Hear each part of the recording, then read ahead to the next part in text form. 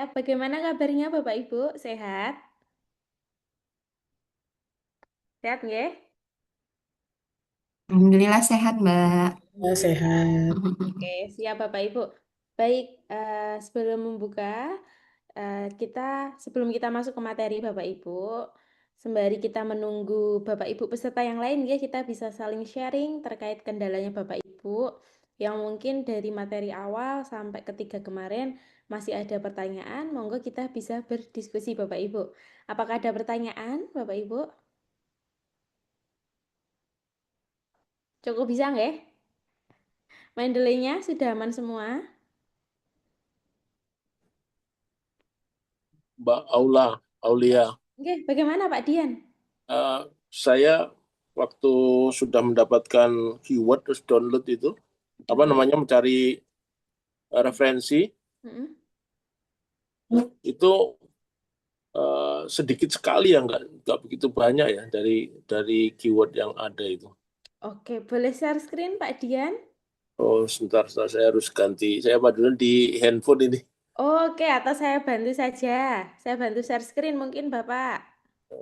Nanti Bapak bisa sebentar ya, saya ini dulu.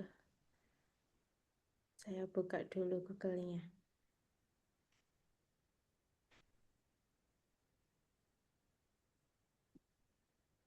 Nah, oke. Fokus. Saya bantu share screen ya, Pak Dian. Oke, Boleh dari saya ya. ya.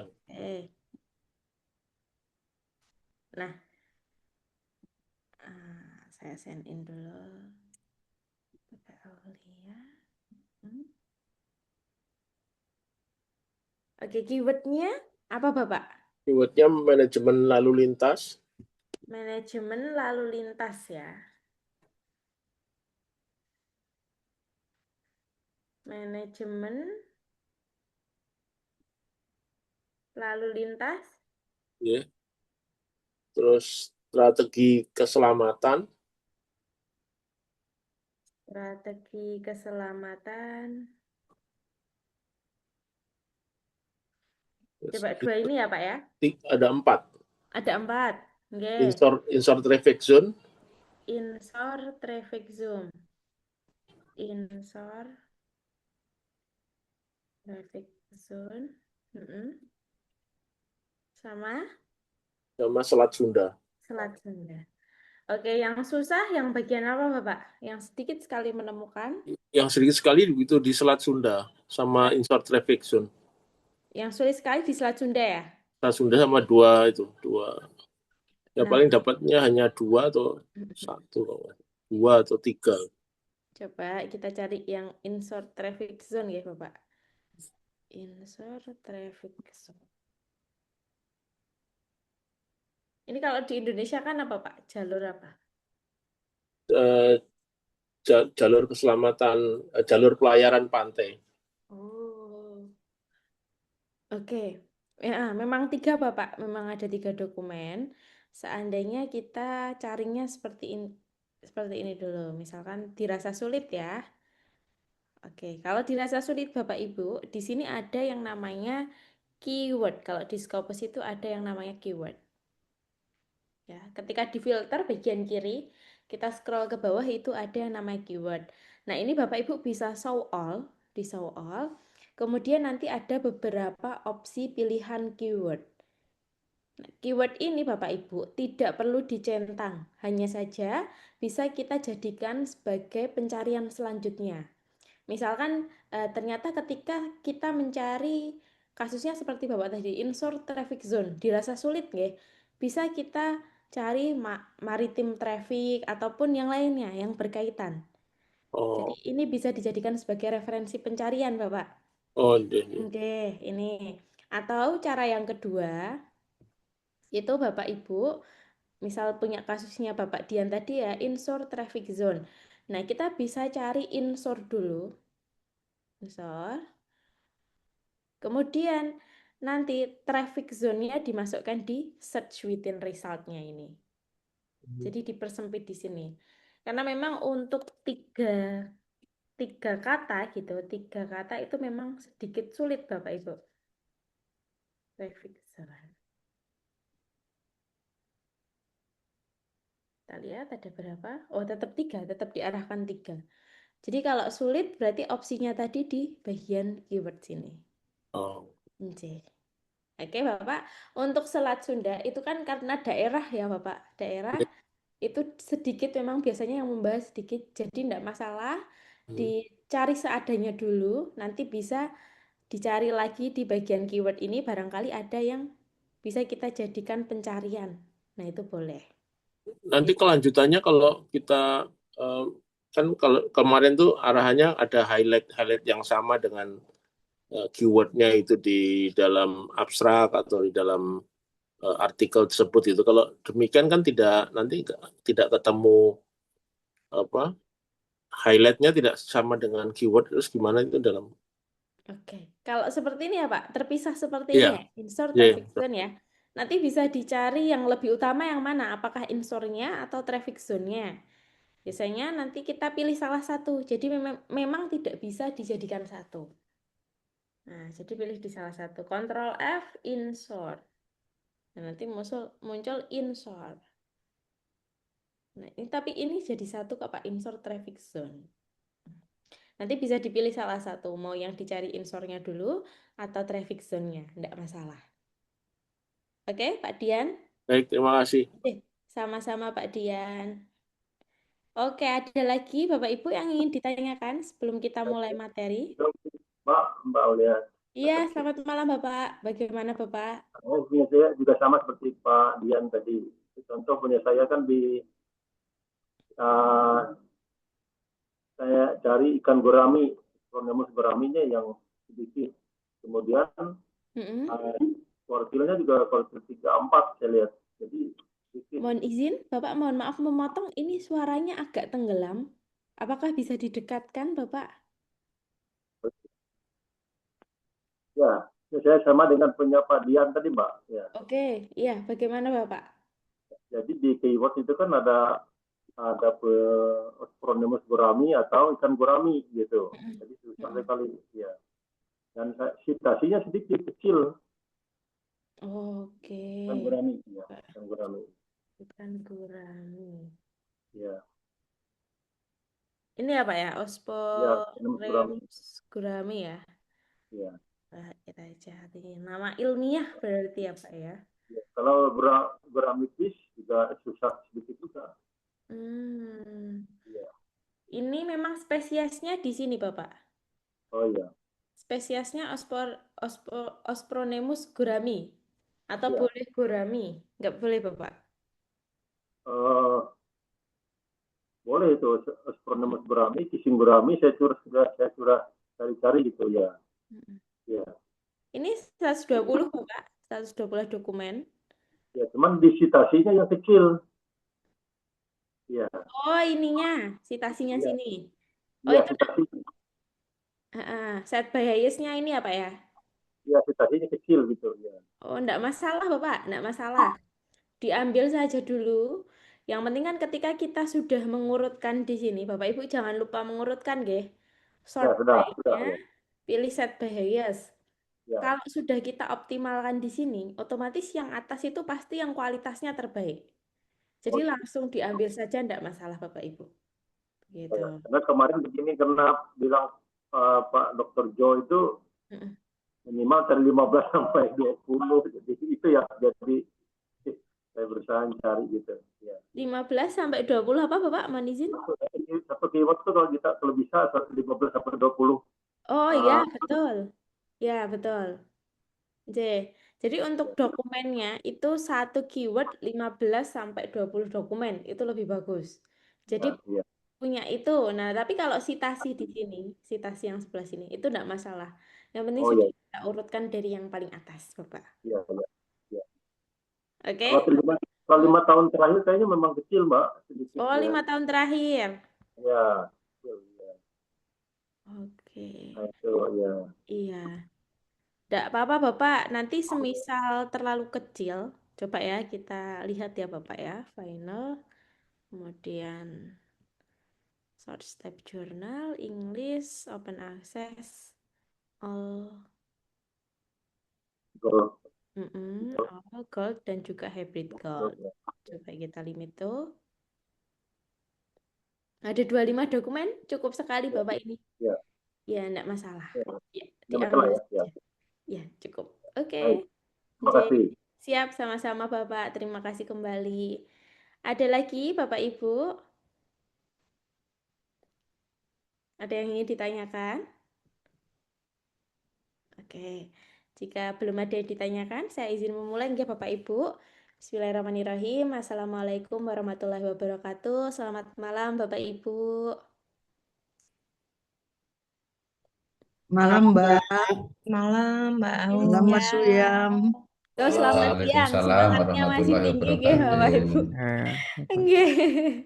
Iya, Malam, Mbak siap. Uya. Selamat pagi begitu ya. Oke, siap.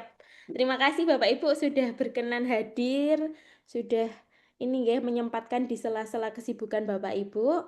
Kita sudah memasuki sesi webinar yang keempat. Nah, jadi malam hari ini seperti biasa Bapak Ibu, kita akan mendengarkan dulu apa yang disampaikan oleh Mas Wiam. Kemudian nanti di akhir sesi kita bisa berdiskusi. Jadi saling sharing apa yang menjadi pertanyaan Bapak Ibu, apa yang perlu didiskusikan, monggo saja nanti Bapak Ibu bisa sharing nggih. Kemudian Bapak Ibu, seperti biasa nggih, sebelum materi saya mohon izin menyampaikan capaian. Jadi untuk webinar pada malam hari ini ada 2 capaian yang harus Bapak Ibu lakukan. Capaian yang pertama itu terkait bagaimana kita memahami isi anatomi paper 703 framework. Nah, ini yang sering Pak Jo sampaikan ya mungkin di akun sosial media. Jadi nanti malam hari ini kita akan berkenalan dengan 703 framework. Kemudian poin yang kedua, Bapak Ibu juga mampu atau harus begitu ya membuat anatomi paper. Setelah memahami, Bapak Ibu kami harapkan mampu membuat 703 framework berdasarkan risetnya Bapak Ibu masing-masing. Jadi 2 ini akan kita lakukan pada malam hari ini Bapak Ibu. Oke, kita langsung sapa Mas Wiam. Selamat malam Mas Wiam. Selamat malam, Mbak Aul, dan selamat malam juga Bapak Ibu yang sudah hadir. Iya, selamat pagi tadi Mas Wiam. Oh Masih ya, semangat Bapak Ibu. selamat malam, semangat pagi nih sepertinya Bapak Ibu di sini, Bapak Aul. Siap. Terima kasih Mas Wiam sudah hadir. Apakah sudah siap Mas Wiam untuk menjelaskan materi pada malam hari ini? Baik, bisa kita mulai Mbak Aul ya. Siap, monggo Mas Wiam. Terima kasih.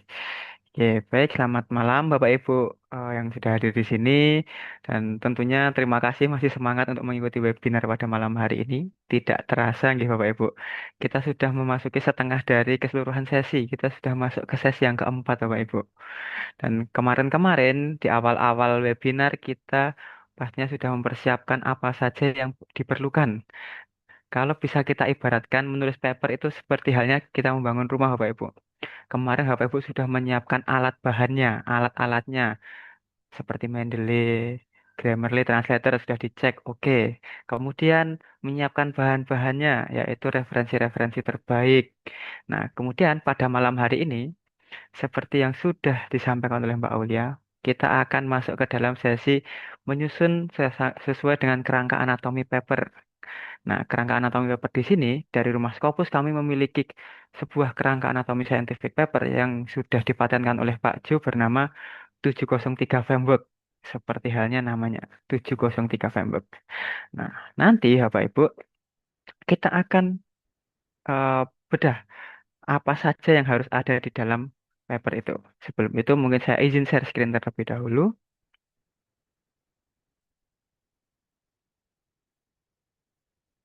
Oke. Baiklah, apakah sudah terlihat Bapak Ibu untuk share screen saya? Sudah muncul di layar? Sudah, Mas Wiam. Sudah muncul. Baik, terima kasih Ibu. Oke, baik. Nah, di sini Bapak Ibu, ini adalah sebuah kerangka anatomi paper. Apa saja yang harus ada di dalam paper Bapak Ibu nantinya. Jadi dari kerangka ini nanti kita akan mudah untuk memulai, juga tahu kapan harus menghentikan. Nah, itu. Terkadang ketika Bapak Ibu menulis, langsung menulis tanpa membuat kerangka, agak kebingungan mulainya dari mana. Setelah sudah mulai asik menulisnya, sampai terlalu panjang, keluar dari pembahasan, keluar dari topik. Nah, maka dari itu pentingnya adanya anatomi sebuah dalam Bapak Ibu menulis paper itu di situ kita membatasi apa saja yang harus ada, apa saja yang harus dibahas. Jangan keluar dari pembahasan dan apa saja yang harus dibahas, apa saja yang perlu dibahas harus tertuliskan seperti itu. Nah, di sini Bapak Ibu ada 7 pertanyaan ini. Sebenarnya dalam kita menulis paper itu hanya menjawab dari 7 pertanyaan ini. Yang pertama, what is known. Yang kedua, what is unknown. Yang ketiga, how and why. Yang keempat, method. Kelima, result. Enam, discussion. Dan ketujuh, conclusion. Atau mungkin kita bisa sebut, mungkin Bapak Ibu sudah familiar dengan IMRAT, introduction, method, result and discussion, conclusion. Nah, nanti Bapak Ibu, dalam introduction, itu bukan semata-mata kita berbicara tentang background-nya, tentang background of the research-nya, tapi kita berbicara tentang 3 hal ini, Bapak Ibu. Nah, 3 hal di sini nantinya akan masuk di bagian introduction. Yang pertama itu adalah what is known, our understanding of the world. Nah, kalau kita ibaratkan menulis paper itu adalah menjual ide, Bapak Ibu, bukan lagi melaporkan hasil riset. Kalau kita jual, kita harus menggoda dulu pembeli, calon pembeli kita. Jadi jangan langsung Bapak Ibu itu menawarkan produknya, jangan langsung menyodorkan produknya pembeli suruh membeli, tapi kita goda-goda dulu. Kita berikan pernyataan-pernyataan umum. Nah, what is known di sini adalah sebuah pernyataan umum yang bernada positif, Bapak Ibu. Jadi yang pertama yang harus kita tuliskan dalam introduction adalah what is known, yaitu pernyataan umum yang bernada positif. Oke. Apakah suara saya bisa terdengar dengan jelas, Bapak Ibu? Mohon maaf. Iya, terdengar Mas Wiam. Jelas. Jelas, Mas. Oke, baik. Terima kasih, Bapak Ibu. Sepertinya ada yang bocor. Mohon izin saya mute dulu. Oke, baik. Oke, baik. Kita lanjut. Jadi sudah bicara tentang what is known, yaitu adalah pernyataan umum yang bernada positif. Kemudian di nomor 2, ini ada what is unknown. Ada known, ada unknown, ada happy, ada unhappy, ada positif, tentu juga ada negatifnya. Kalau di atas kita berbicara pernyataan umum bernada positif, di nomor 2 ini kita akan berbicara what is the gap we want to fill. Jadi nanti Bapak Ibu masukkan permasalahan-permasalahan yang Bapak Ibu temui atau gapnya bisa dimasukkan di dalam what is unknown-nya. Kenapa Bapak Ibu meneliti atau Bapak Ibu melakukan sebuah riset tersebut? Mesti ada gap-gap yang ada dalam penelitian mungkin terdahulu ataupun masalah-masalahnya. Misal, contohnya, mungkin saya contohkan ibarat kata saya memiliki sebuah temuan obat sakit gigi. Nah, saya ingin menjual temuan obat sakit gigi saya ini ke pembeli, ke calon pembeli. Bukan langsung semata-mata saya sodorkan, beli obat saya. Tapi kita goda-goda dulu. Kalau Bapak Ibu sering mendengarkan iklan, pasti kan bukan langsung diiklankan produknya, tapi kita berbicara tentang kesehatan giginya. Nah, kita berbicara hal-hal positif, hal-hal umum yang bernada positif, itu di bagian what is known. Misalkan, kesehatan gigi adalah kunci kebahagiaan dalam hidup. Kemudian, dengan gigi yang sehat, kita bisa beraktivitas dengan nyaman. Nah, seperti itu Bapak Ibu. Jadi kita utarakan kalimat-kalimat umum yang bernada positif. Nah, baru di bagian what is unknown, kita berikan permasalahan yang ditemui. Nah, misal, meskipun kesehatan gigi itu penting, tapi masih banyak masyarakat atau orang-orang yang kurang memperhatikan tentang kebersihan gigi. Atau mungkin bisa juga dituliskan, masih banyak penderita sakit gigi takut meminum obat karena efek sampingnya. Nah, itu juga. Jadi masih ada permasalahan-permasalahan yang harus kita selesaikan, yang harus kita isi. Kira-kira gitu. Nah, dua itu. Yang pertama tadi adalah umum positif, kemudian yang permasalahannya atau gapnya. Kemudian yang ketiga yang harus ada di bagian introduction itu adalah how and why. Rasionalitasnya, tujuannya, kemudian kenapa riset Bapak Ibu ini penting dilakukan. Nah, jadi setelah nantinya Bapak Ibu menuliskan kalimat positif, menuliskan kalimat permasalahannya, nah, baru Bapak Ibu tuliskan dalam introduction. Di bagian akhir introduction kita akan berbicara bahwa pentingnya riset ini adalah untuk apa. Kalau tadi saya katakan obat sakit gigi, berarti eh, temuan ini menawarkan obat sakit gigi yang murah tanpa efek samping. Kemudian em, mudah didapat, terjangkau untuk semua kalangan dan lain sebagainya. Nah, nanti silakan dituliskan di bagian how and why. Nah, jadi setelah kita bicara hal umum, kemudian permasalahannya, kita tuliskan juga rasionalitasnya, kepentingan riset kita, pentingnya riset kita untuk keberlangsungan ini apa. Nah, itu di bagian how and why. Kemudian setelah ketiga itu di bagian introduction, kita masuk ke bagian research method atau ke bagian method. What did you do? Nah, di bagian method ini nantinya kita akan berbicara sudah masuk ke dalam penelitian Bapak Ibu.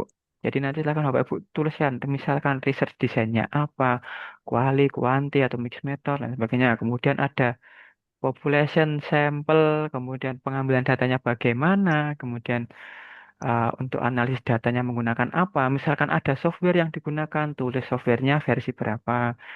Teman-teman mungkin ada teori-teori yang diadopsi, silahkan dituliskan di bagian metodenya. Kemudian di nomor 5 itu kita berbicara tentang resultnya. Nah, mungkin uh, ada yang menuliskan atau umumnya dituliskan result discussion itu dalam satu kesatuan, result and discussion.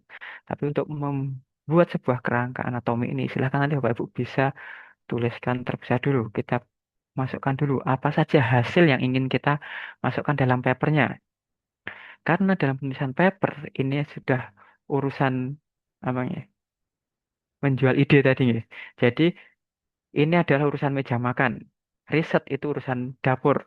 Ketika Bapak Ibu dalam risetnya kok tidak ada data yang kurang bagus untuk disajikan atau kita bisa pisah dalam beberapa pembahasan paper nantinya. Nah, itu nanti kita bisa ambil data mana saja yang mau Bapak Ibu masukkan dalam paper satu ini. Tuliskan ke resultnya. Kemudian di nomor 6 nanti kita akan berbicara discussion.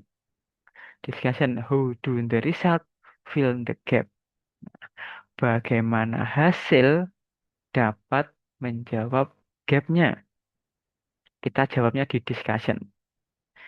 Oke, jadi untuk what is unknown, result dan discussion ini harus ada satu benang merah Bapak Ibu. Artinya apa? Jangan sampai Bapak Ibu menuliskan permasalahan yang tidak bisa terjawab berdasarkan resultnya. Jadi discussion itu adalah menjawab permasalahan yang ada di nomor 2 di what is unknown, tapi jawabannya itu harus berdasarkan resultnya. Misalkan Bapak Ibu menuliskan 5 permasalahan di nomor 2, Bapak Ibu juga harus menuliskan 5 jawaban dari permasalahan di nomor 6. Menjawab 5 permasalahan, tetapi tetap berdasarkan resultnya, tetap berdasarkan hasilnya. Maka dari itu, untuk what is known, result, and discussion ini harus ada satu benang merahnya. Gitu. Jangan sampai Bapak Ibu menuliskan 5 permasalahan, discussion-nya hanya 4. Berarti ada satu permasalahan yang tidak terjawab. Atau mungkin malah sebaliknya, what is unknown-nya ada 4, tetapi discussion-nya ada 5. Nah, yang satu menjawab apa? Nah, kan jadi melebar dari pembahasan atau dari masalah-masalah yang kita bahas. Nah, nanti silahkan disesuaikan. Harus uh, sama antara permasalahan yang dituliskan dan jawabannya di discussion. Kemudian yang ketujuh adalah conclusion, Bapak Ibu. Conclusion di sini adalah tentang berbicara tentang jawaban dari tujuan result, Bapak Ibu. Bapak Ibu sudah menuliskan tujuan riset di bagian nomor 3. Nah, di nomor 7, Bapak Ibu tuliskan bagaimana tujuan itu bisa terjawab. Misalkan kalau tujuannya tadi untuk menciptakan eh, masyarakat yang lebih mudah untuk mendapatkan obat sakit gigi, berarti di conclusion juga kita tuliskan dengan adanya temuan ini masyarakat mudah mendapatkan obat sakit gigi. Kemudian didukung lagi ada kalimat pendukungnya di bawahnya. Masyarakat lebih mudah mendapatkan obat sakit gigi karena harganya terjangkau untuk semua kalangan, katakanlah mudah didapatkan di warung-warung terdekat seperti itu. Nah, kita jawab dari eh, tujuan yang sudah kita tuliskan. Kemudian nanti ada juga kebermanfaatannya. Di bagian conclusion ini, kebermanfaatan dari riset Bapak Ibu itu untuk apa? Ada manfaat praktis dan manfaat teoritis. Bisa untuk langsung ke praktisi-praktisi yang ada di luar sana, juga bisa untuk akademisi-akademisi. Bagaimana untuk melakukan pilihan-pilihan selanjutnya atau langsung diaplikasikan untuk yang menerapkan ilmu-ilmu praktisnya. Kemudian yang terakhir di bagian conclusion itu adalah limitation-nya. Nah, limitation di sini nanti silakan Bapak Ibu bisa tuliskan atau tidak juga tidak masalah. Limitation itu jika ada saja. Jadi nanti silakan Bapak Ibu isi dari ketujuh pertanyaan ini. Nah, kemudian di sebelah kanan Bapak Ibu, di sebelah kanan sini, ini Bapak Ibu dari tadi melihat ada um, seperti jam pasir begitu nggih. Ada segitiga yang terbalik dan ada segitiga yang tegak. Nah, maksud di sini kenapa kita membuat seperti jam pasir? Karena sebenarnya dalam Bapak Ibu menulis paper itu nantinya kita akan menganut mungkin prinsip jam pasir dari luas ke sempit kemudian meluas lagi. Nomor satu adalah what is known. Kembali lagi, nomor satu what is known adalah kalimat-kalimat umum yang bernada positif. Kalimat-kalimat umum bernada positif tentang topik yang Bapak Ibu sudah tuliskan. Kemudian di bawahnya ada nomor dua, semakin mengkerucut, semakin menyempit. What is unknown? Sudah mulai berbicara tentang permasalahannya. Permasalahan-permasalahan apa saja? Dari hal-hal umum tersebut tentunya pasti banyak permasalahan. Nah, kita mulai persempitkan nih, apa yang ingin kita bahas. Misalkan kalau tadi tentang obat sakit gigi yang tanpa efek samping atau mungkin yang harganya murah terjangkau. Nah, itu kan udah mulai kita sempitkan. Kemudian di bawahnya lagi nomor tiga ada di bagian how and why. Mulai semakin sempit lagi. How and why. Kita sudah berbicara tentang riset kita. Sudah berbicara tentang tujuannya untuk apa, kemudian pentingnya riset kita dilakukan ini untuk apa, kebaruannya novelty-nya itu dari mana. Nah, itu nanti kita tuliskan di nomor tiga. Maka di nomor tiga ini sudah mulai langsung mengkerucut Bapak Ibu. Nah, kemudian di ujung pertemuan antara dua segitiga ini, yang paling kecil itu adalah metode. Karena apa? Karena metode ini sudah betul-betul kita membahas tentang riset yang kita lakukan. Sudah tidak kita berbicara tentang hal umum lagi, tidak mulai menyepet lagi, tapi sudah benar-benar dari riset yang kita lakukan. Apa yang kita lakukan, sampelnya bagaimana dari berapa orang, misalkan dari 20 orang, 10 orang. Nah, nanti bisa dituliskan di metodenya. Kemudian dari metode mulai meluas lagi. Dari metode mulai meluas lagi karena dari langkah-langkah yang kita lakukan, kita akan mendapatkan hasil. Kita sudah mulai mendapatkan hasil, mulai meluas lagi. Oke, sudah mulai meluas di nomor 5 di bagian riset. Kemudian di nomor 6 lebih meluas lagi, discussion. Nah, di discussion ini tentunya kan kita akan menjawab permasalahan. Jadi dari riset yang kita lakukan, dari bagian terkecil yang kita lakukan, kita bisa mengambil eh, hal-hal yang bisa untuk kita mengisi permasalahannya, kita bisa mengisi gapnya. Hmm. Jadi dari riset sudah mulai meluas, kemudian di discussion lebih meluas lagi. Nah, discussion ini harus menjawab what is unknown-nya, bisa mengisikan gap-gap yang sudah dituliskan Bapak Ibu. Kemudian setelah discussion nomor 6, kemudian nomor 7 itu ada conclusion. Conclusionnya, kesimpulannya bagaimana? Apakah tujuan yang Bapak Ibu tuliskan di HNW tadi, tujuan risetnya itu bisa terpenuhi atau tidak, tercapai atau tidak? Kita tuliskan nomor 7. Kemudian selain itu, kita akan berbicara tentang kebermanfaatannya. Manfaat riset yang Bapak Ibu lakukan, ide yang Bapak Ibu jual di sini, itu untuk apa? Nah, maka dari itu di nomor 7 ini sudah meluas lagi. Gitu. Jadi dari yang hal umum, kemudian kita ambil permasalahan-permasalahan apa, kemudian kita mulai lakukan penelitiannya, kemudian kita dapat hasilnya. Setelah mendapatkan hasilnya, kemudian kita mulai lakukan pengolahan hasilnya. Bermanfaatannya untuk apa? Apakah sudah bisa menjawab permasalahan-permasalahan yang kita tuliskan di atas atau belum? Kemudian setelah itu bisa bermanfaat untuk umum lagi.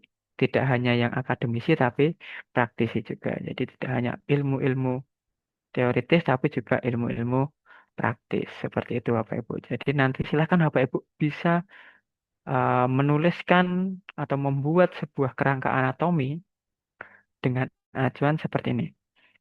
Dari umum ke khusus ke umum lagi. Nah, paling tidak seperti itu. Menjawab 7 pertanyaan ini saja, Bapak Ibu. 7 pertanyaan ini saja. Oke, mungkin em, sampai di sini terlebih dahulu, Bapak Ibu. Apakah penjelasan saya terlalu cepat? Apakah bisa diikuti? Atau ada yang perlu diulang, Bapak Ibu? Sudah. Oke, Hmm. Bapak. Heru. Izin nanya Mas Wiam, boleh Oke, ya? silahkan Ibu. Ya, eh, kalau ini ya yang nomor 1 ini, what is known ini boleh nggak kalau kita samakan dengan fenomena, Mas? Kita memaparkan fenomena. Apakah sama atau berbeda? Dan eh, dan pada saat what is unknown, kita memaparkan adanya mixed findings ya, temuan yang beragam dari hasil riset sebelumnya. Apakah seperti itu ya, Mas? Baik, Ibu. Nah, untuk yang what is known, kita bisa menuliskan Pak, sebagai sebuah fenomena-fenomena. Fenomena-fenomena yang semua orang itu setuju. Fenomena yang umum diketahui oleh semua orang. Kemudian di what is unknown, nah dari teman-teman sebelumnya, mungkin dari Ibu menuliskan hasil dari teman-teman sebelumnya, kita tuliskan apa yang masih belum terpenuhi, masih belum terjawab dari penelitian sebelumnya. Teman-teman sebelumnya mungkin baru menciptakan tentang, kalau tadi contohnya di sini tentang obat sakit gigi yang tanpa efek samping, tapi obat sakit gigi tanpa efek samping harganya mahal. Nah, nanti Bapak Ibu bisa tuliskan di what is unknown-nya, contohnya seperti tadi, walaupun sudah banyak beredar obat sakit gigi tanpa efek samping di luar sana, tetapi untuk obat yang harganya terjangkau, bisa ditemukan dengan mudah di mana saja, itu masih belum ada atau masih kurang diteliti. Nah, itu juga menjadi sebuah permasalahannya. Ibu bisa tuliskan di bagian what is unknown. Nah, kemudian nanti bisa disesuaikan lagi, apakah penelitian Ibu bisa menjawab dari masalah-masalah yang dituliskan atau tidak. Kalau misalkan Ibu menemukan masalah-masalah dari penelitian sebelumnya, tetapi dari hasil penelitian Ibu ini tidak bisa menjawab masalah tersebut, jangan dituliskan Ibu. Silahkan dituliskan masalah-masalah yang bisa terjawab dari hasil yang Ibu lakukan dalam risetnya, begitu. Ya, baik. Terima kasih, Mas Wiam. Ya, biar Sama-sama Bu kelihatan. Hajar. Oke. Baik, Bapak Ibu. Jadi untuk anatomi, jadi em, susunannya seperti ini. Nanti Bapak Ibu silahkan jawab hanya dari 7 pertanyaan ini kita bisa membuat satu paper utuh Bapak Ibu. Kemudian mungkin kalau saya jelaskan seperti ini masih terlalu apa ya, membayang-bayangkan begitu ya. Masih membayang-bayangkan. Apakah perlu adanya contoh Bapak Ibu untuk anatomi ini? Ya, betul, Mas. Ya, Oke, betul betul. baik Bapak Ibu. Ya. Oke, nah di sini kami juga ada salah satu contoh kerangka anatomi bagaimana nantinya Bapak Ibu menyusun kerangka anatomi paper 703 Feinberg. Nah, nanti silakan Bapak Ibu bisa mengisi kerangka anatomi ini dengan template yang akan kami kirimkan. Nanti akan saya kirimkan untuk template kerangka anatomi 703 Feinberg ini ke grup WhatsApp Bapak Ibu setelah webinar ini. Nanti Bapak Ibu bisa isikan dari awal di sini. Nah, dari awal kerangka anatomi ini kita memiliki abstrak. Nah, berangkat dari abstraknya terlebih dahulu. Yang ingin Bapak Ibu tuliskan itu adalah dari abstraknya terlebih dahulu. Nah, di bagian abstrak, karena abstrak itu bervariasi dan ada yang mengatur maksimal 100, maksimal 250. Jadi di sini kita tuliskan saja abstrak itu berkisar 100 sampai 250 kata. Kemudian di bagian abstrak itu ada ke 6 komponen ini Bapak Ibu sebenarnya. Ada background of the research-nya, kemudian ada purpose-nya, ada method, principal research, major conclusion, kemudian contribution to be filled. Tapi kembali lagi Bapak Ibu, karena abstrak ini tadi biasanya terbatas dari jumlah kata, jika memungkinkan Bapak Ibu menuliskan ke 6 komponen ini, silahkan dicantumkan semua di dalam abstrak. Tetapi jika ada nantinya Bapak Ibu menemukan jurnal tujuan, kemudian di jurnal tersebut hanya meminta maksimal abstraknya 100 atau katakanlah 150. Nah, terlalu sedikit begitu ya. Nah, kalau jumlah kata yang diminta dalam abstrak itu hanya sedikit, yang perlu ada, yang wajib ada dalam abstrak itu adalah keempat ini ya Bapak Ibu, yang kita sudah tandai dengan bold di sini, yaitu tujuan, metode, principal research, dan major conclusion. Bukan berarti yang dua ini tidak penting ya Bapak Ibu, tapi kita lebih mengutamakan keempat komponen ini terlebih dahulu jika ada pembatasan jumlah kata yang terlalu sedikit. Baru nanti kalau misalkan masih ada eh, yang bisa ditambahkan lagi, masih ada space katanya, silahkan saya tambahkan background of the research-nya. Kalau masih ada lagi bisa tambahkan its contribution to the field. Seperti itu Bapak Ibu di bagian abstrak. Tetapi nantinya Bapak Ibu mengisi abstrak ini bisa terakhir saja. Kita bisa membuat abstraknya ketika nanti Bapak Ibu sudah jadi satu papernya. Karena apa? Karena bagian abstrak ini sebenarnya kita hanya mengambil isi dari paper yang sudah kita tulis. Kita masukkan ke abstrak. Purpose-nya apa, metodenya apa. Jadi nanti silakan Bapak Ibu dalam penulisan anatomi paper untuk mempersingkat waktu atau mungkin menghemat waktu begitu kalau Bapak Ibu sudah menghabiskan banyak tenaga di abstrak nanti malah masuk ke body of papernya sudah capek. Maka dari itu untuk bagian abstrak bisa kita kerjakan terakhir saja. Kita bisa lewati terlebih dahulu untuk abstrak, kemudian kita langsung masuk ke body of paper di sini. Di body of paper nanti silakan Bapak Ibu tuliskan yang pertama ada judul atau title. Nah, di judul ini silahkan nanti disesuaikan, dituliskan sesuai dengan judul artikel Bapak Ibu nantinya.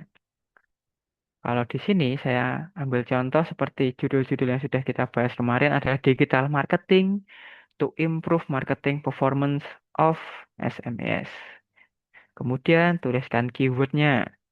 Nah, keywordnya bisa dituliskan, bisa mulai Bapak Ibu pilih-pilih keyword yang sudah sesuai yang mulai spesifik dengan permintaan Bapak Ibu, tuliskan di sini atau mungkin mau dimasukkan semua keywordnya terlebih dahulu tidak masalah. Masukkan dulu semua keywordnya, tuliskan di sini tidak masalah. Kemudian setelah itu kita masuk ke bagian yang harus kita jawab Bapak Ibu.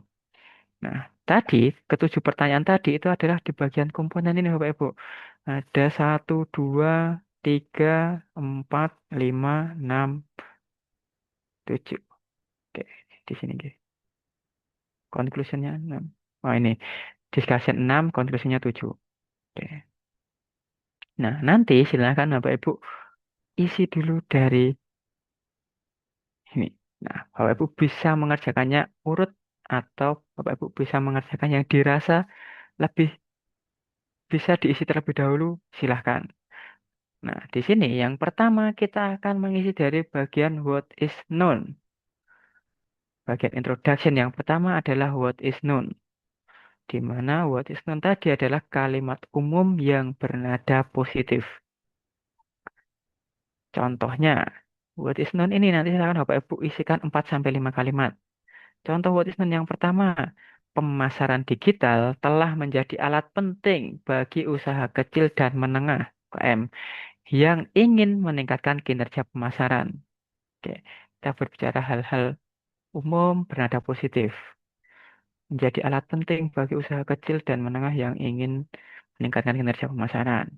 Kemudian yang kedua, setelah kita berbicara tentang pemasaran digitalnya, kita berbicara tentang upayanya. Upaya pemasaran digital yang konsisten dapat meningkatkan pengenalan dan kredibilitas merek sehingga memudahkan UKM untuk memantapkan diri di pasar. Kita sudah mulai bicara tentang pemasaran digital, upaya pemasarannya. Setelah itu kita berbicara tentang platform digitalnya. Bagaimana platform itu memungkinkan penargetan yang tepat berdasarkan dem- demografi, minat, perilaku, dan lain sebagainya. Oke, kemudian silahkan nanti diisi sampai 5. 4 sampai 5, saran dari kami 4 sampai 5. Kemudian setelah itu di bagian nomor 2, yaitu what is unknown. Ada kalimat known, ada unknown, ada positif, ada negatifnya. Pernyataan umum bernada positif. Nah, di sini sudah mulai masuk permasalahan-permasalahan yang nanti Bapak Ibu harus isi.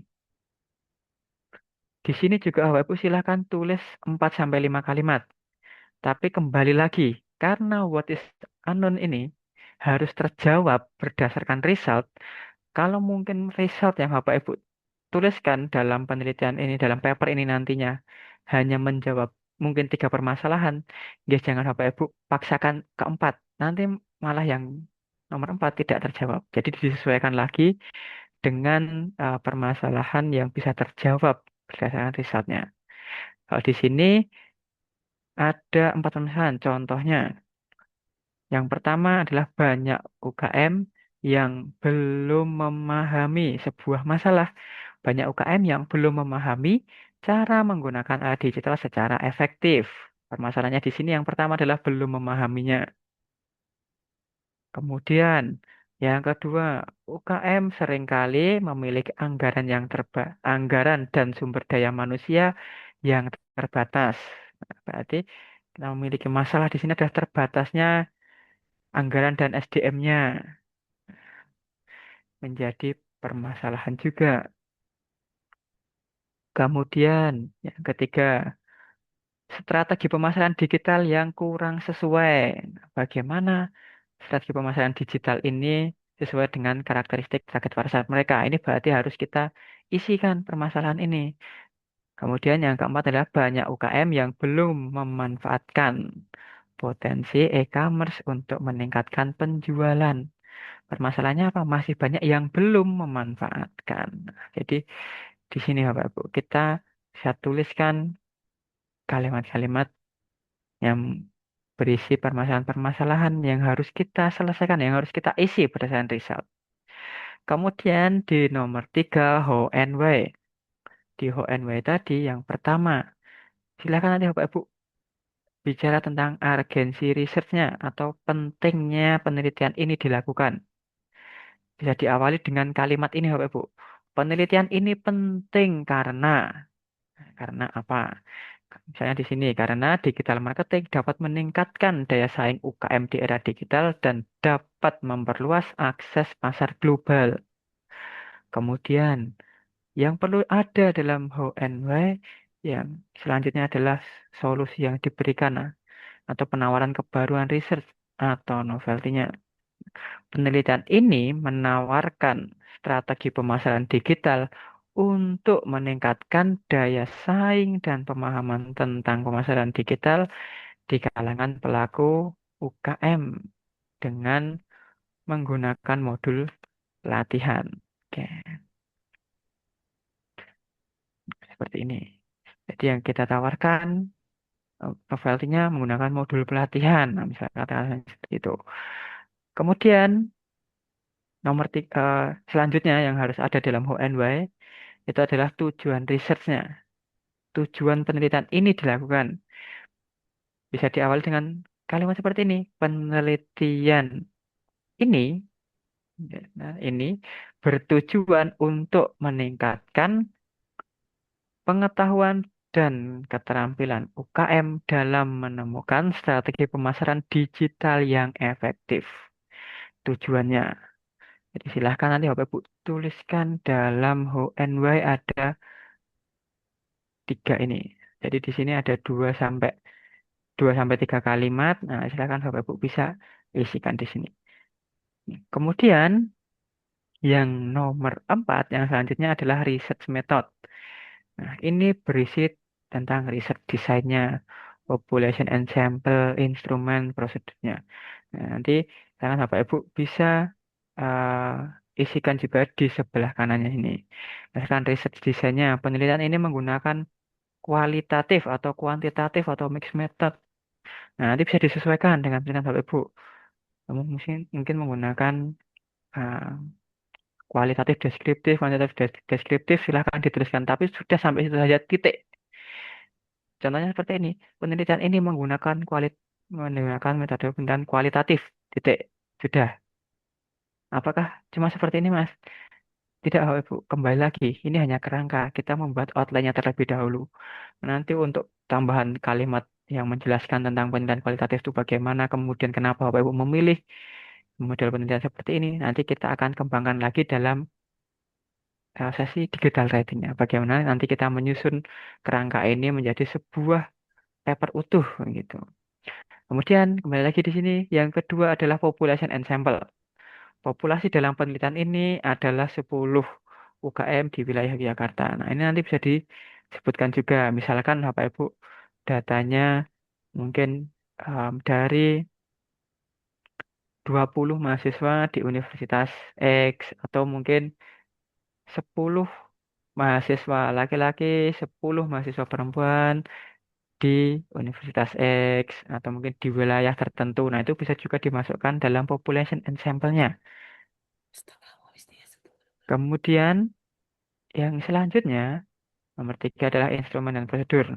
Penelitian ini menggunakan pengumpulan data, observasi, wawancara, random sampling, atau mungkin uh, menggunakan pretest, post-test, dan lain sebagainya. Nanti Bapak Ibu bisa diisikan di sini. Kemudian data analisisnya, data yang diperoleh kepada penelitian ini dianalisis menggunakan softwarenya apa, atau mungkin metode analisisnya bagaimana bisa dituliskan di sini. Dan di sini Bapak Ibu, nomor 4 ini research method, kembali lagi Bapak Ibu, ini seperti tadi di bagian jam pasir, ini adalah yang paling sempit. Jadi ini sudah benar-benar berbicara tentang penelitian kita. Maka dari itu nanti silakan Bapak Ibu isi bagian research method ini disesuaikan lagi dengan penelitian Bapak Ibu tentunya. Dari research desainnya apa yang digunakan, population dan sampelnya berapa, kemudian instrumen dan prosedurnya bagaimana, data analisisnya bagaimana. Silahkan disesuaikan lagi. Kemudian di nomor 5, hasil. Nah, di hasil nanti mungkin Bapak Ibu kalau ada hasil yang berupa tentang gambar, tabel, mungkin grafik seperti itu, di kerangka anatomi ini jangan Bapak Ibu masukkan gambarnya, jangan Bapak Ibu masukkan tabelnya. Karena ini berbentuk tabel, kalau Bapak Ibu masukkan gambar, masukkan tabel, saya yakin pasti nantinya akan rusak dan akan mengurangi juga kerapian dalam pembuatan kerangka ini. Maka dari itu, dalam result, dalam kerangka ini, nanti silakan Bapak Ibu deskripsikan saja hasilnya, resultnya. Misalkan Bapak Ibu memiliki tabel. Nah, tabel ini tentang apa? Misal tabel data hasil wawancaranya yang setuju, tidak setuju bagaimana. Silahkan tuliskan saja deskripsinya di sini. Tabel 1 tentang apa, tabel 2 tentang apa. Misal atau mungkin ada gambar 1 tentang dokumentasi pengambilan data. Silahkan tuliskan gambar 1 tentang apa, gambar 2 tentang apa. Sudah seperti itu saja titik. Tidak perlu Bapak Ibu masukkan gambarnya, tidak perlu Bapak Ibu masukkan tabelnya. Hanya kalimatnya saja. Mungkin ada kalimat hasil wawancara, eh, Responden pertama, si A menjelaskan bahwa seperti ini bla bla bla bla bla bla bla, panjang sekali. Tidak perlu panjang-panjang. Tuliskan saja hasil satu wawancara terhadap mungkin kepala rumah sakit atau kepala sekolah, guru mata pelajaran yang ini yang diambil sebagai population sampelnya. Nah, itu nanti bisa dituliskan saja deskripsinya saja, tidak perlu dimasukkan semua hasil dalam tabel ini. Kemudian setelah hasil kita masuk ke discussion, Bapak Ibu. Nah, di discussion nantinya di sebelah kiri ini kami menyediakan kolom juga untuk menuliskan nomor duanya atau kalimat-kalimat yang ada di what is unknown-nya. Jadi nanti silakan Bapak Ibu setelah menuliskan kalimat di what is unknown, copy pastekan di sini. Kita masukkan semua di sini. Jadi terlihat ada 4 kalimat permasalahan yang ditemui.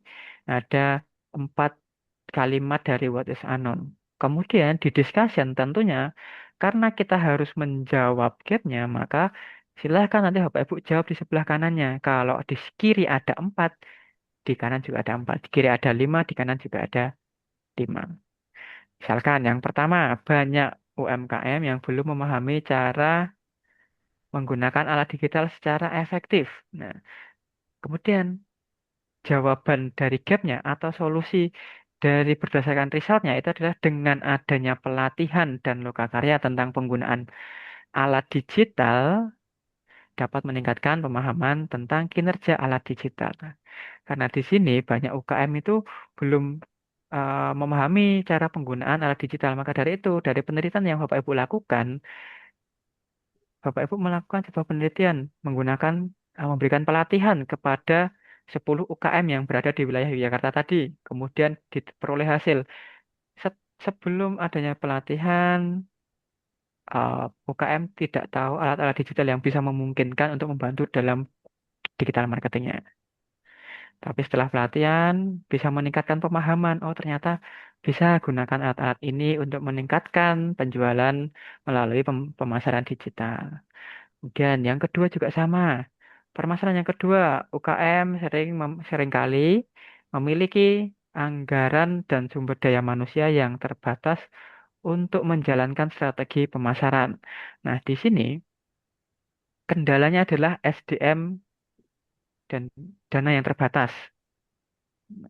Jawabannya dari riset yang Bapak Ibu lakukan adalah mendorong kolaborasi antar UKM untuk berbagi sumber daya atau menyediakan akses ke platform digital yang lebih terjangkau.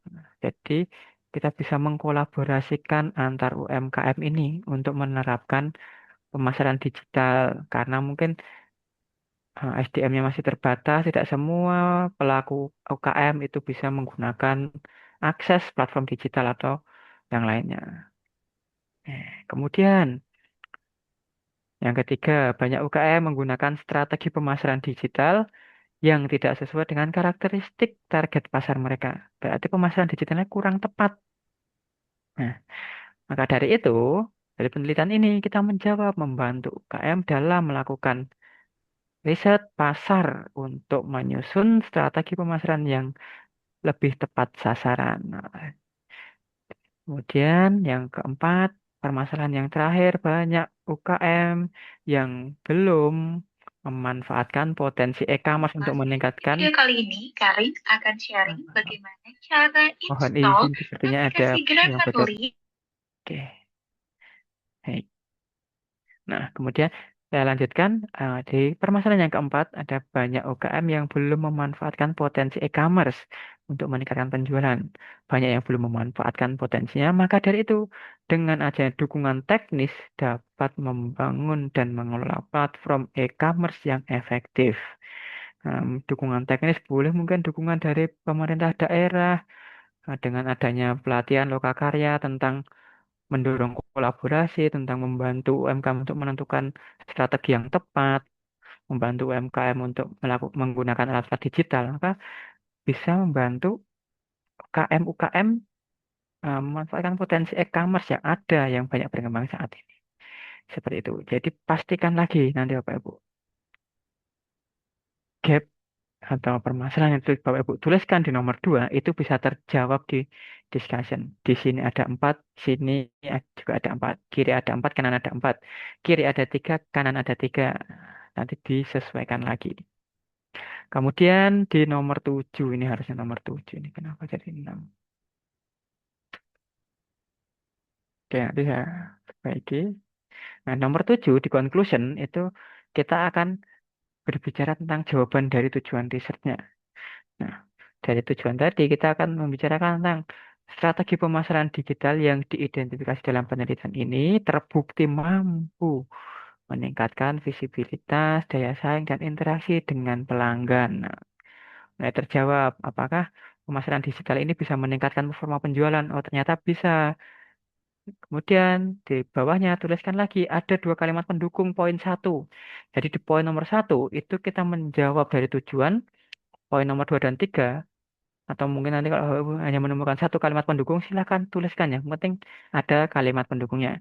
Dengan memanfaatkan alat digital seperti media sosial dan SEO, UKM dapat menjangkau audiens yang lebih luas dan meningkatkan pengenalan merek mereka.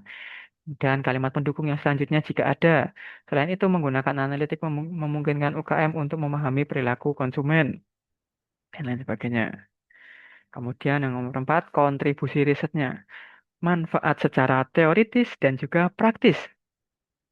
Penelitian ini memberikan kontribusi teoritis dengan mengembangkan kerangka kerja pemasaran digital untuk UKM, serta kontribusi praktisnya melalui implementasi panduan, alat analitik, dan pelatihan program yang membantu pelaku UKM meningkatkan kinerja pemasaran mereka di era digital. Nah, jadi nanti Bapak Ibu silahkan tuliskan manfaat risetnya untuk teoritis itu seperti apa, untuk kalangan akademisi seperti apa, untuk kalangan praktisi seperti apa, langsung manfaat-manfaat praktisnya langsung bisa digunakan di lapangan bagaimana.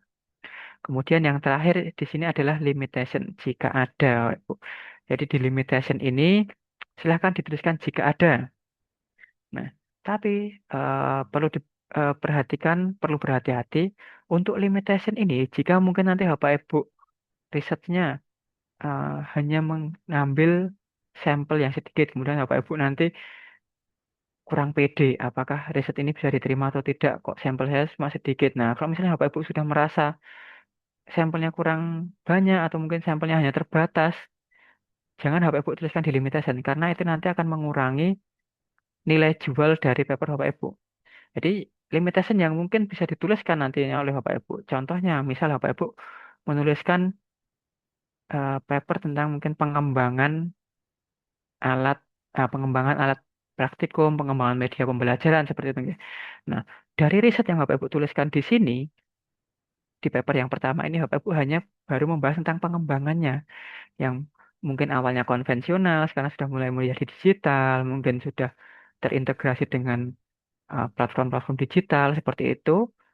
Kemudian ini belum diaplikasikan ke dalam pembelajaran. Nah, limitationnya penelitian ini baru sebatas pengembangannya, belum pengaplikasiannya. Nah, itu bisa dicantumkan. Tapi kalau Bapak Ibu mencantumkan limitationnya itu adalah tentang mungkin sampelnya sedikit, kemudian alat yang dikembangkan masih kurang sempurna karena ini. Jangan Bapak Ibu. Lebih baik tidak usah dituliskan, tapi nantinya kalau misalkan nanti Bapak Ibu submit ke sebuah jurnal, kembali lagi ya Bapak Ibu. Kalau jurnal yang meminta untuk dituliskan, baru kita ikuti. Tapi untuk awal di sini, kalau ada limitation yang dirasa nanti menurunkan nilai jual dari paper Bapak Ibu ini, jangan dituliskan. Seperti saja. Jadi limitation ini opsional. Nah, seperti itu Bapak Ibu. Jadi silahkan nanti Bapak Ibu bisa isikan dari ketujuh pertanyaan ini. Nah, nanti untuk mengisinya, nanti akan kami kirimkan file template anatomi 703 framework ini Bapak Ibu. Dan di sini masih kosong, nanti silakan Bapak Ibu isikan, diisikan di bagian kalimat ini, kalimat 1 SPUK, kalimat 2, kalimat 3 SPUK, titik SPUK, titik saja. Dan oh ya, satu lagi Bapak Ibu, untuk pengisian kerangka anatomi ini, Bapak Ibu silahkan isi tanpa adanya intervensi dari pihak luar, atau bisa kita katakan tanpa adanya sitasi dan referensi terlebih dahulu. Jadi murni kalimat yang ingin Bapak Ibu tuliskan dalam paper Bapak Ibu nantinya. Jangan ada sitasi, referensi, jangan. Kita merdeka dulu di sini. Seperti contohnya di sini tadi.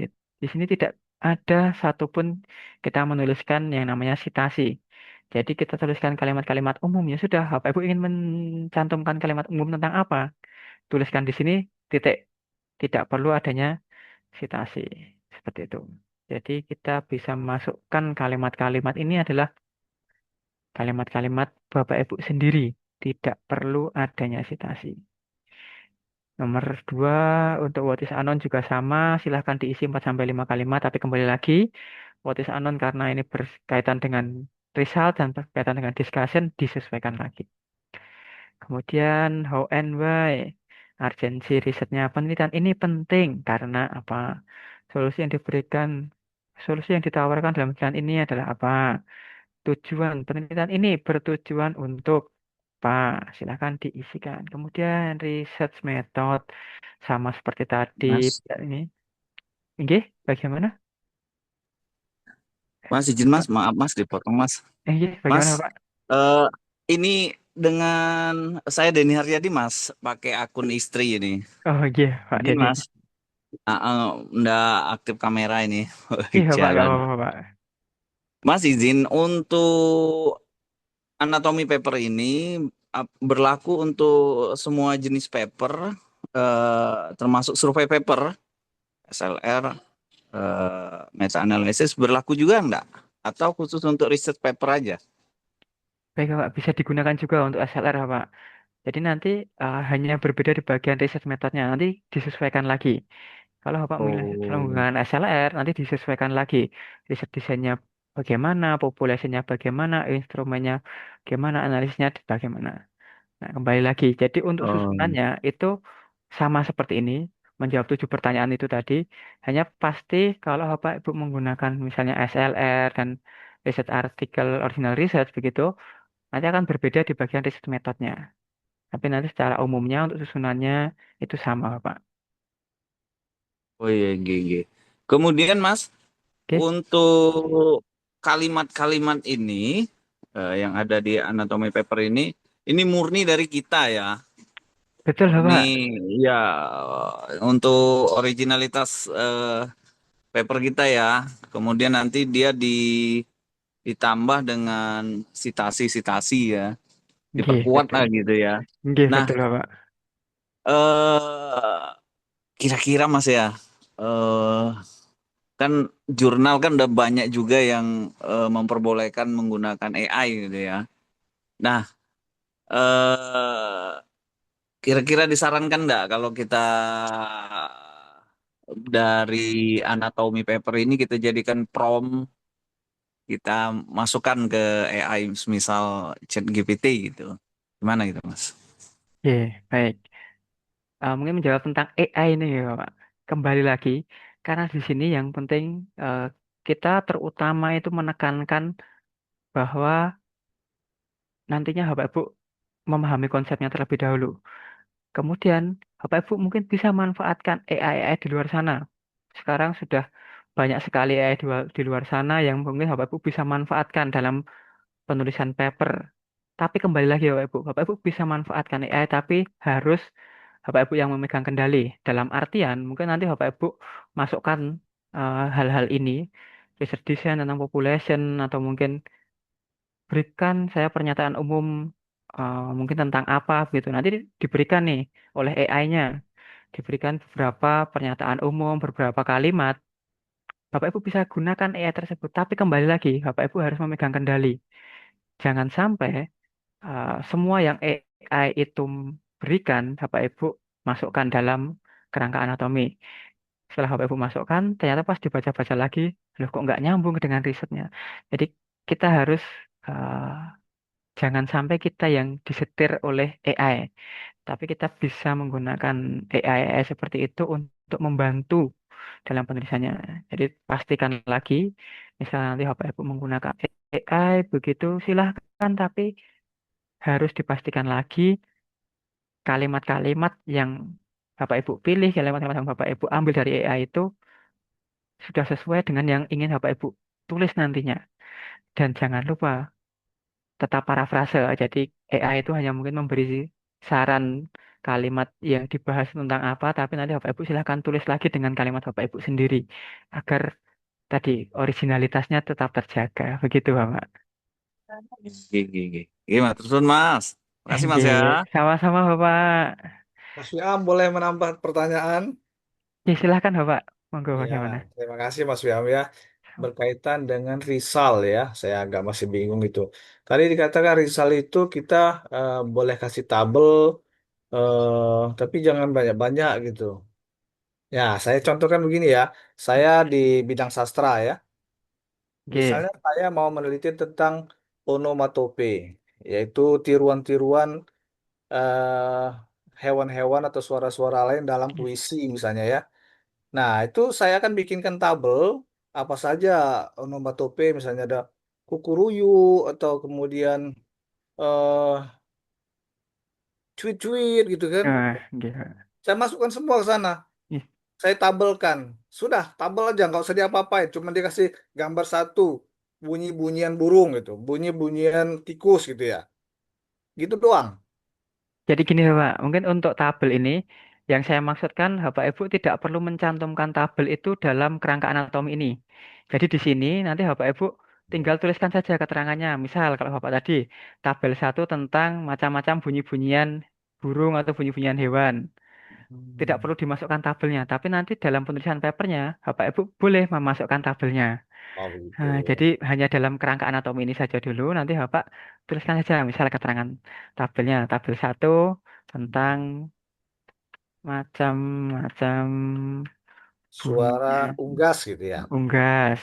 Ya, Nah, seperti itu. Kemudian nanti tabel 2, eh, macam-macam bunyian suara apa tuh binatang berkaki empat ini namanya oke, mamalia gitu, mamalia, mamalia. oke, Hmm. macam-macam macam suara mamalia. Nah, seperti ini saja, Bapak. Oh gitu. Tulis keterangan-keterangan tabel ataupun gambarnya. Nah, seperti itu. Kalau Baik ya. berbentuk tabel silahkan tuliskan tabel satu tentang apa, berbentuk gambar silahkan gambar satu mungkin tentang apa, seperti itu saja. Iya, baik-baik. Nah, nanti misalnya ketika kita sudah di artikelnya betul, kadang-kadang gaya bahasa itu banyak sekali, Mas ya. Kalau saya ngelihat orang-orang tuh kayak simple gitu ya, kalau mungkin dari eksakta gitu, gampang di eh, apa persingkat. Tapi kalau di bidang sastra banyak sekali itu tuh. Apa kita masukkan aja semua dalam tabel ya gaya bahasa itu? Kalau Bapak masukkan saja dalam tabel, karena kan tabel itu tentunya kan hasil itu adalah data yang perlu eh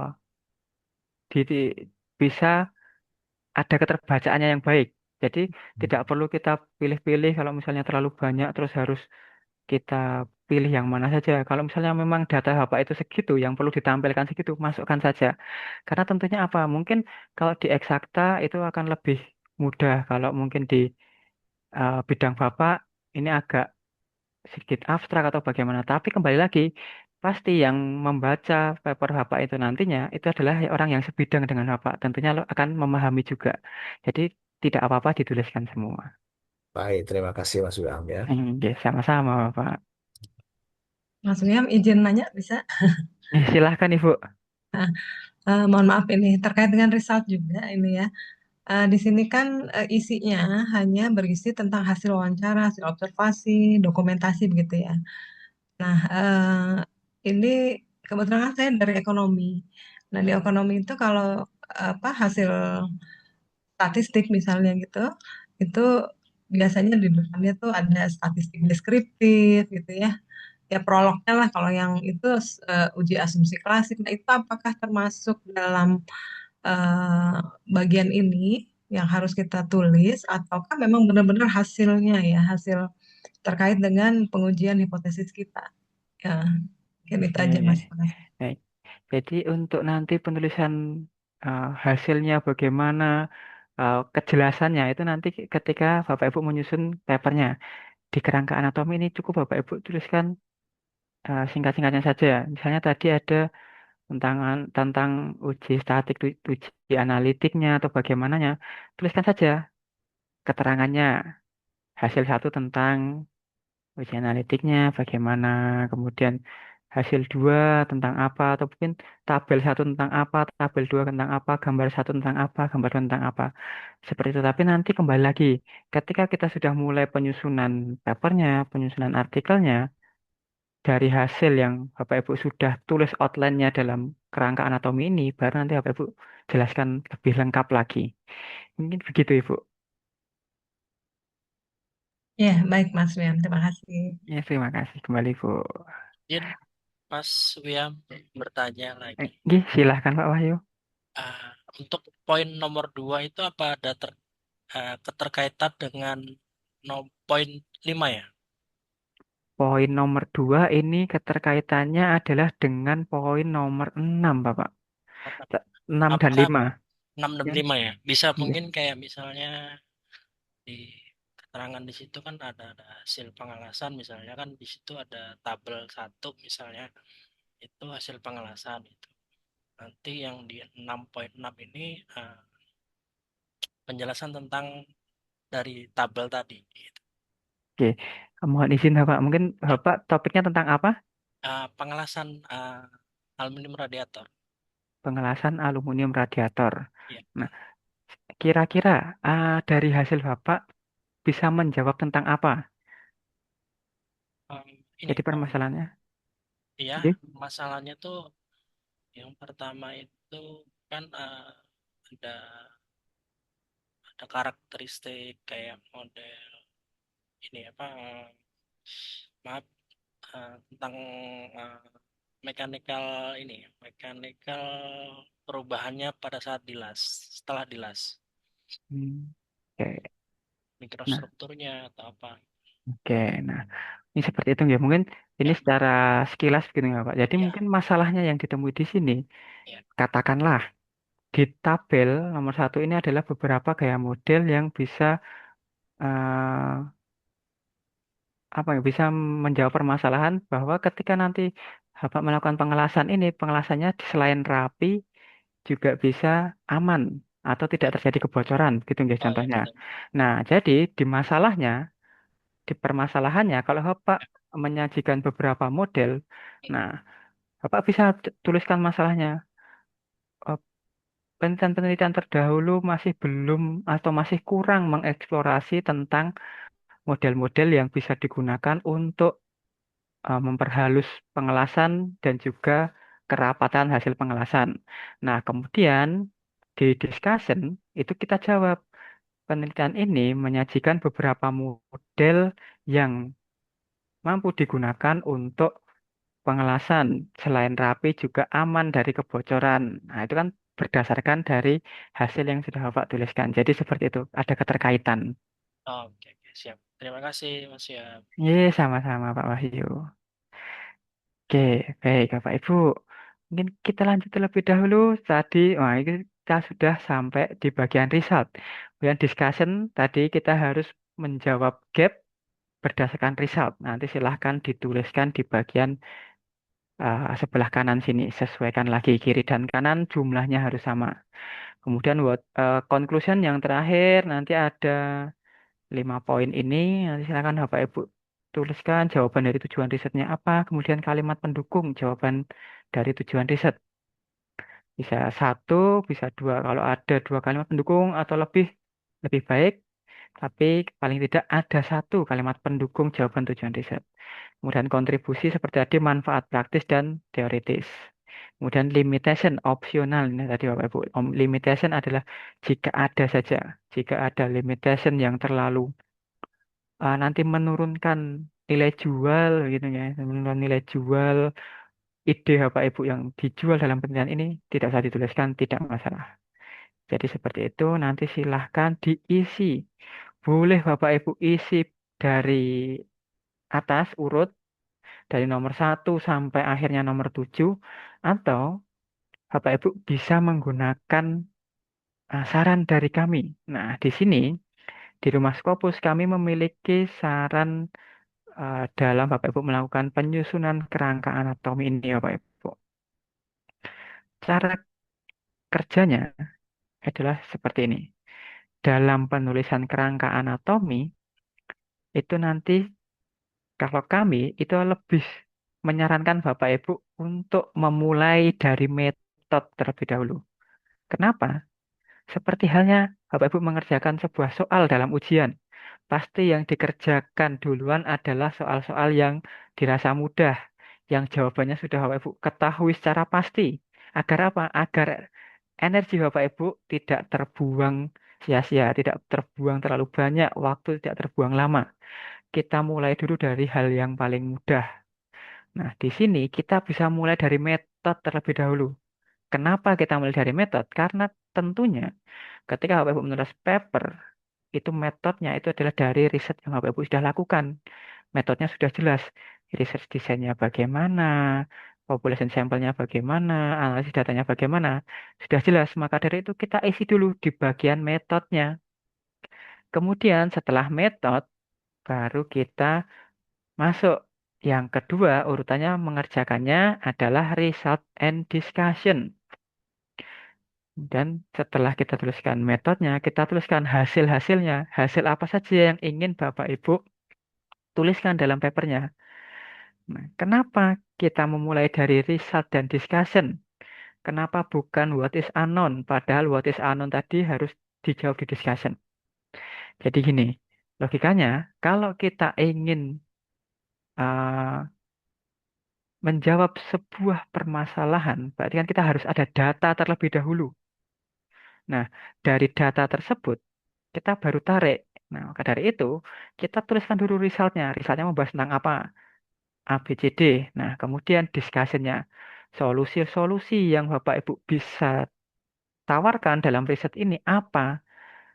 Solusi-solusi dari masalah itu apa? Atau jawaban-jawaban dari masalah yang ingin Bapak Ibu tuliskan itu sebatas apa? Sejauh mana begitu ya mungkin.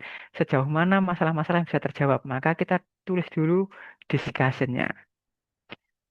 Nah, oke, mungkin saya contohkan di digital marketing tadi. Di sini, kalau kita dari belakang, kita tuliskan dulu hasilnya. Seperti tadi, contohnya dari Pak Wahyu tadi. Jadi hasilnya silahkan dituliskan. Hasilnya tadi adalah model pengelasan. Kenapa tadi saya menanyakan tentang hasilnya adalah tentang resultnya itu adalah model pengelasan. Jadi ada model pengelasannya, kemudian apa keterkaitan model pengelasan itu? Kenapa Bapak meneliti model pengelasan itu? Karena terkait dengan mungkin kerapiannya, kekuatannya, keamanannya. Nah, maka dari itu kita baru tuliskan di bagian discussion-nya. Dari hasil yang kita peroleh, kita tarik discussion-nya. Ada beberapa model pengelasan yang rapi dan aman. Contohnya model ABCD. Nah, atau mungkin di sini, dengan adanya pelatihan dan loka karya tentang penggunaan alat digital, dapat meningkatkan pemahaman. Nah, kalau kita berbicara dapat meningkatkan pemahaman, berarti masalah yang bisa terjawab adalah kurangnya pemahaman terhadap kinerja alat digital.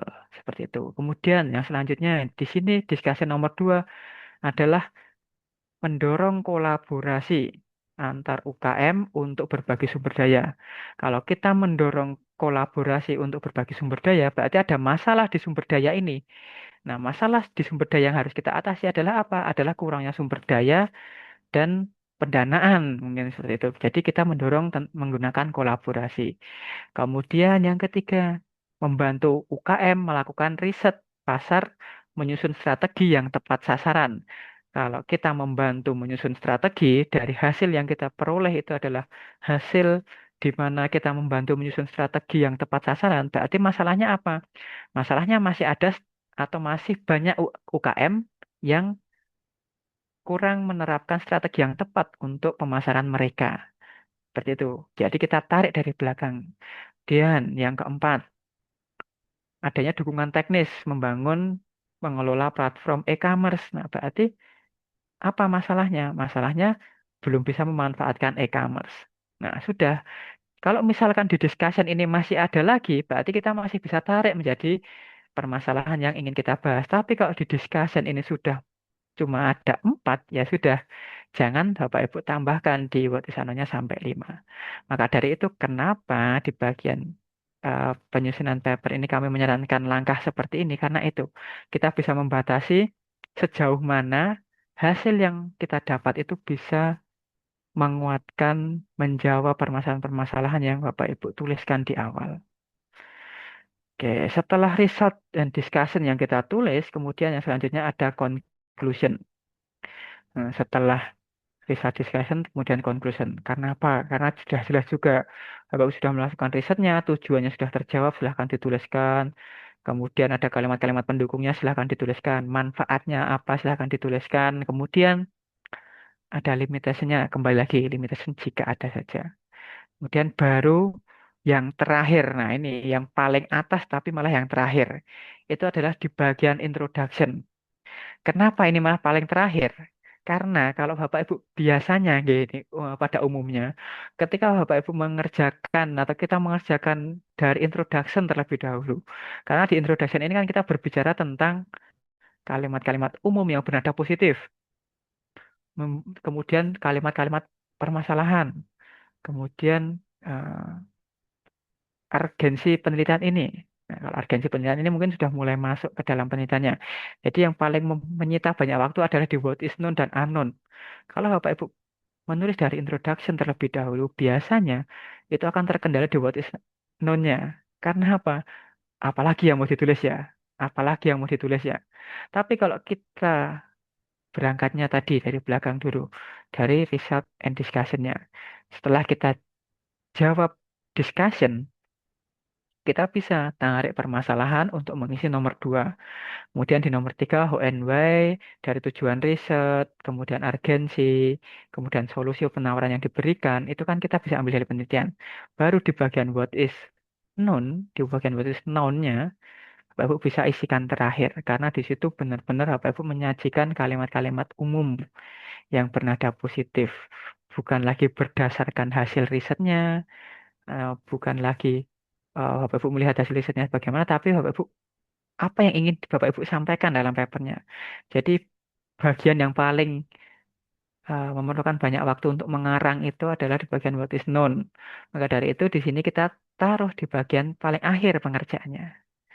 Jadi kita bisa mulai dulu dari metodenya apa, result and discussion-nya apa, conclusion-nya baru kita tarik. Kita dapat discussion-nya, kita jawab, kita mendapatkan jawabannya, baru kita cari kira-kira masalah apa yang bisa kita jawab dari solusi-solusi yang bisa diberikan dari hasilnya. Baru tuliskan what is unknown. Kemudian baru nanti di bagian what is known-nya kita isi terakhir. Seperti itu Bapak Ibu. Jadi nanti silahkan Bapak Ibu bisa menggunakan cara seperti ini. Memulai dari metodenya, result discussion-nya, konklusinya, baru terakhir introduction. Atau nanti mungkin Bapak Ibu mau mengerjakan dari introduction-nya dulu. Tidak masalah kalau Bapak Ibu sudah terbiasa mengerjakan dengan urut. Wah, mas saya kurang nyaman kalau dari belakang. Nggak apa-apa, urut dari atas tidak masalah Bapak Ibu. Bisa dimulai dari atas. Kembali lagi, ini hanya saran dari kami. Kalau dirasa saran ini Bapak Ibu bisa aplikasikan lebih nyaman digunakan, silakan digunakan. Kalau tidak, tidak masalah. Karena dalam penulisan paper kita mengutamakan kenyamanan terlebih dahulu. Bapak Ibu menulis dengan terpaksa itu juga akan menghambat dalam penulisannya. Maka yang penting yang terutama adalah nyaman terlebih dahulu. Oke, seperti itu Bapak Ibu untuk penyusunan kerangka anatomi paper. Nantinya untuk template kerangka anatomi ini nanti akan kami kirimkan ke grup WA Bapak Ibu, dan nanti ketika Bapak Ibu sudah mengisi ini kemudian ada yang ingin ditanyakan atau mungkin mau dicekkan ke kami kira-kira bagaimana Mas, bagaimana Mbak untuk kerangka anatomi saya ini apakah kurang apanya. Nah, itu nanti bisa tanyakan ke kami, kita diskusi bersama, bisa langsung ke saya ataupun ke Mbak Aulia. Monggo silahkan dijawab langsung lebih nyaman Bapak Ibu untuk membahas tentang kerangka anatomi ini. Kemudian nanti di sini juga silakan diisikan kerangka anatominya dari awal sampai akhir. Oke, seperti itu Bapak Ibu untuk penyusunan kerangka anatomi paper. Apakah ada yang ingin ditanyakan lagi Bapak Ibu? Izin Mas, Nggih, silakan Mas. Bu Musliha. izin off kamera. Nggih, nggak apa-apa Ibu. Misalkan kalau di kesehatan kan hasil riset itu tidak semuanya signifikan. Ada yang terkadang hasil riset kami itu tidak signifikan. Sementara eh, dari hasil pembahasan Mas tadi, kita harus bisa menjelaskan manfaat atau kontribusi atau apa menjawab eh, masalah yang ada. Nah, hasil penelitian itu kan tidak signifikan apakah itu tidak menjawab masalah yang ada atau ada strategi bagaimana supaya hasil riset yang tidak signifikan tetap bisa dipublish di jurnal yang berkualitas begitu. Oke, baik Ibu. Terima kasih. Jadi, nggih sama-sama Ibu. Jadi untuk hasil yang tidak signifikan begitu nggih. Memang saran dari kami kalau misalkan Bapak Ibu menemukan sebuah hasil yang tidak signifikan, itu tidak perlu dicantumkan dalam papernya.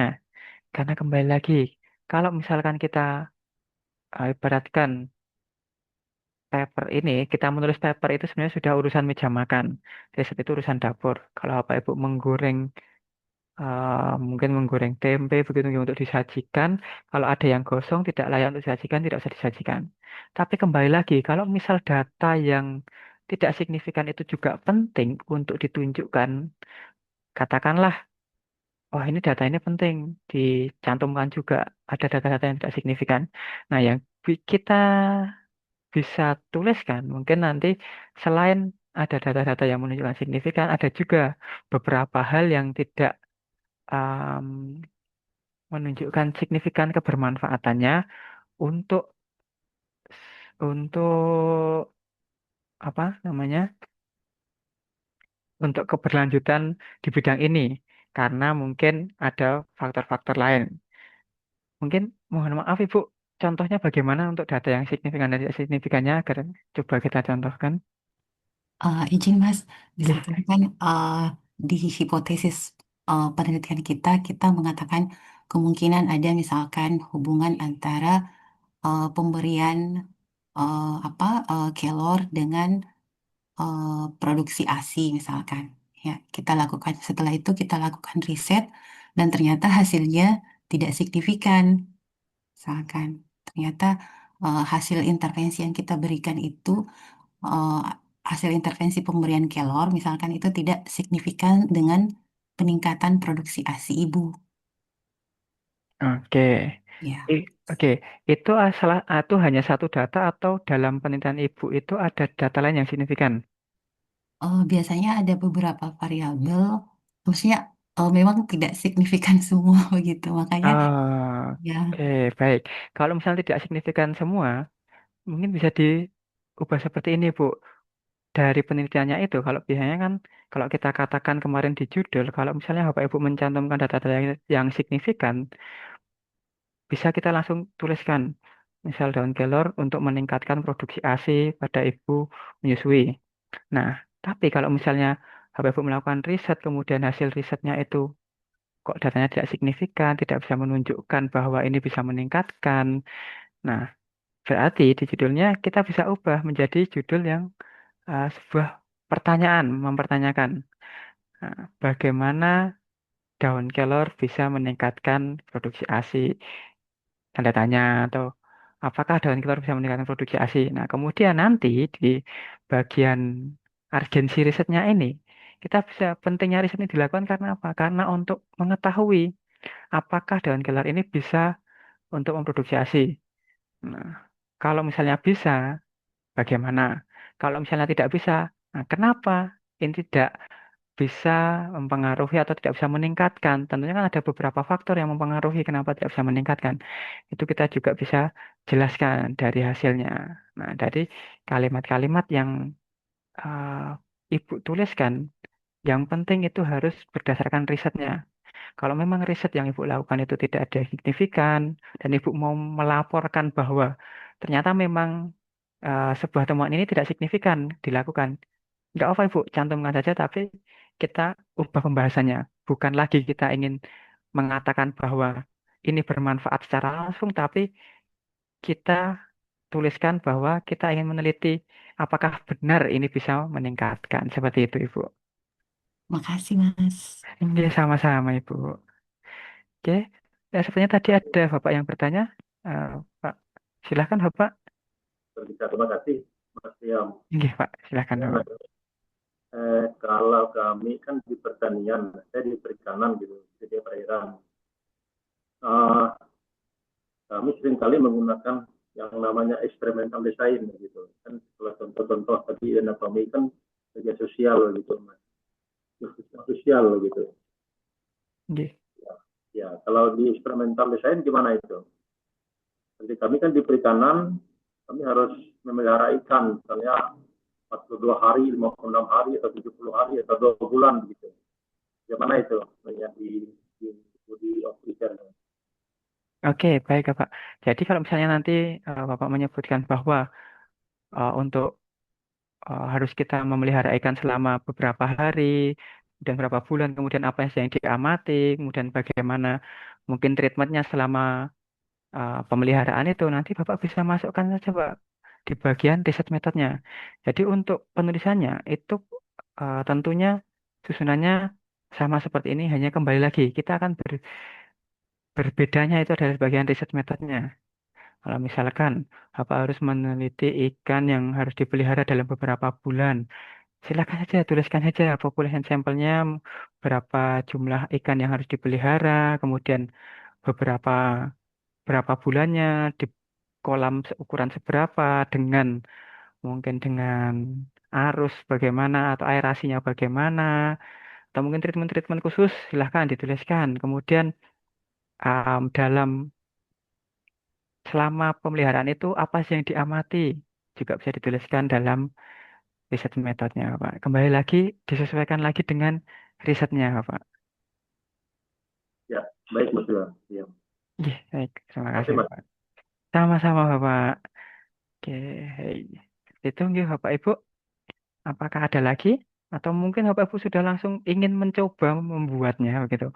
Karena apa? Kalau Bapak Ibu mungkin mendengarkan agak masih membayang-bayangkan begitu nggih.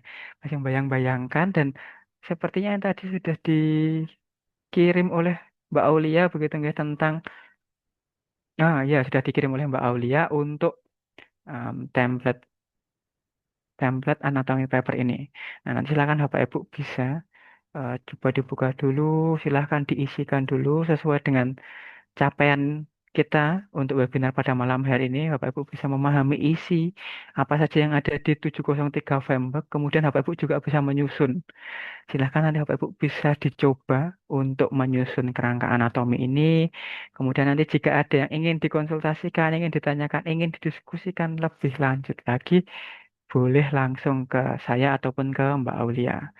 Monggo Bapak Ibu bisa senyamannya Bapak Ibu lagi. Oke, seperti itu Bapak Ibu untuk kerangka anatomi pada malam hari ini. Mungkin jika sudah tidak ada yang ingin ditanyakan lagi, atau mungkin dari Mbak Aulia ada tambahan, Mbak Aulia?